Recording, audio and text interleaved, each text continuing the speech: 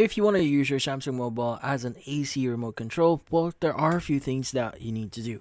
So first things first is you want to check for an IR blaster. So confirm whether the Samsung phone you have has an IR blaster. Now this hardware is required to send signals directly to your air conditioner. If your phone doesn't have one, you may need to use an external device and buy an IR blaster that you can connect to your phone.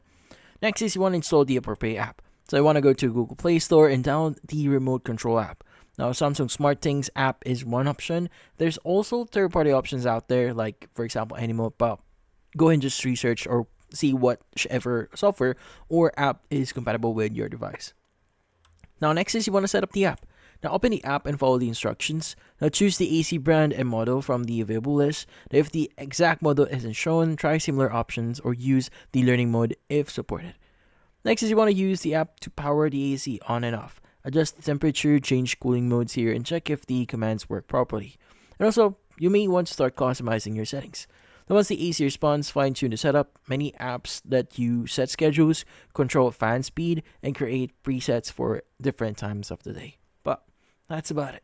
Hopefully this video was able to help you like and subscribe to our channel. Thank you for watching.